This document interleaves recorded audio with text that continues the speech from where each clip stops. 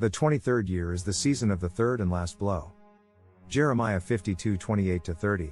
These are the people whom Nebuchadnezzar carried away captive. In the 7th year, 3,023 Jews. 29. In the 18th year of Nebuchadnezzar he carried away captive from Jerusalem 832 persons. 30. In the 23rd year of Nebuchadnezzar, Nebuzaradan the captain of the guard carried away captive of the Jews 745 persons. All the persons were 4,600. The last batch of captives that went to Babylon from Judah, 745 people, were taken in the 23rd year of Nebuchadnezzar. Judah also fell to Babylon in the season of the 23rd king, Zedekiah, counting from Saul. The number 3 is also key this year for unlocking Reformation. It reflects the following.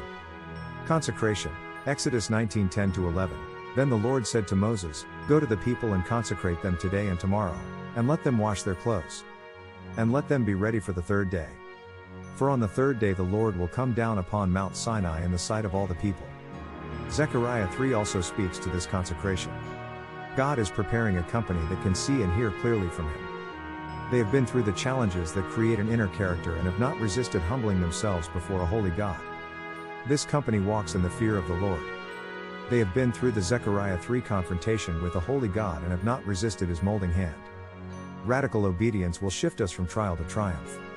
Persevering through trial will release the following. Accurate discernment. Malachi 3 speaks into the modern-day era of radical obedience in tithes, in our thoughts and in perseverance. If we are obedient, God will reward with sound discernment, between the righteous and the wicked, between one who serves God and one who does not serve Him. V. 17. Promises fulfilled. It was on the 3rd day, while on the journey to Moriah, Abraham saw the land he was to sacrifice Isaac. Genesis 22-4. Deliverance. It was on the 3rd day, Jesus rose from the dead. Return to the fear of the Lord.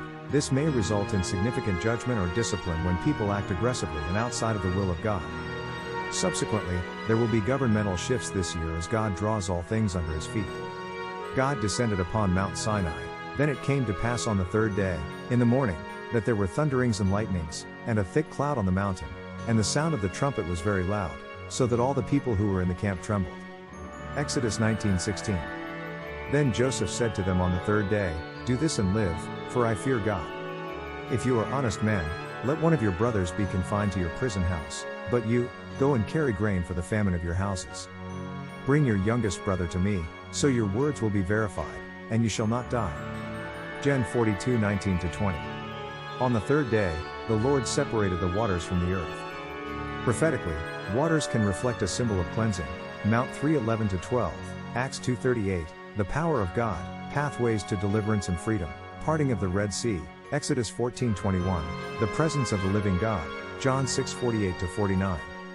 The separation of waters revealed land that would be a place for new life and fruit to be produced. The witness of the 23rd chapters of the Bible.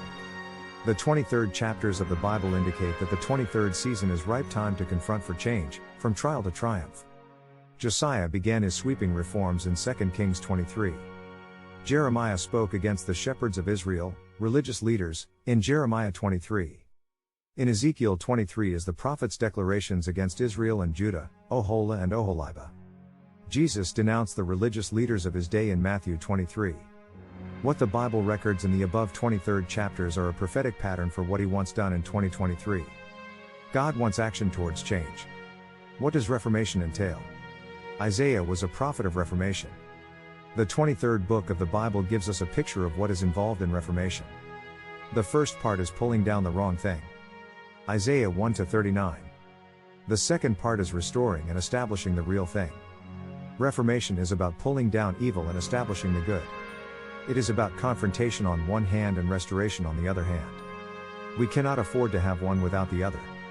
Casting out without restoring what should be is a waste of time. Restoring what should be without pulling down just won't work.